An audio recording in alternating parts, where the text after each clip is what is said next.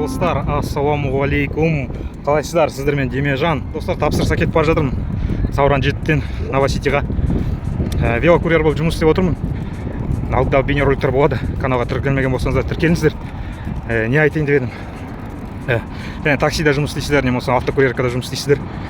Спортқа уақыттарыңыз болмаса, спортпен шұғылданамын десеңіздер, бір отмазка бар ғой, уақыт жоқ, ақша табу керек, бүйту керек, сөйту керек деген.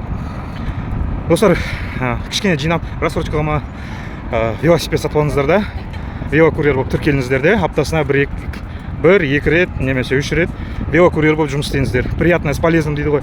Бір жағынан ақша табасыздар, бір жағынан спортпен шұғылданасыздар. Сонымен сол айтарым сол, алда қызық контент болады, тіркеліп қойыңыздар. Назар аударып тыңдағаныңыздарға рахмет ағайын.